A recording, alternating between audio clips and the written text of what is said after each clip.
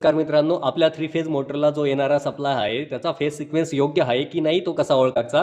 तर चला तर हे बघा, त्यासाठी असा एक फेज सिक्वेन्स इंडिकेटर येतो. त्याच्यावरती RYBचे 3 इंडिकेटर असतात व एक क्लॉकवाईजसाठी ग्रीन इंडिकेटर, म्हणजेच आपली मोटर इथे क्लॉकवाईज दिशेने फिरते, याचा अर्थ असा की आपला फेज सिक्वेन्स योग्य आहे. व रेड इंडिकेटर येतो, अँटी क्लॉकवाईज मोटर फिरते म्हणजे फेज सिक्वेन्स उलटा आहे. चला तर आपण इथे चेक करून बघू. सर्वात पहिले याच्या ज्या 3 वायर्स असतात RYBच्या लाल वायर आपण स्टार्टरच्या आउटपुटला इथे लावून घेऊ. बघू शकता अशा पद्धतीने मी इथे एक लाल वायर लावली. त्यानंतर इथे पिवळी वायर लावून घ्यायची व अशाच पद्धतीने निळी वायरही मी इथे जोडून घेतली.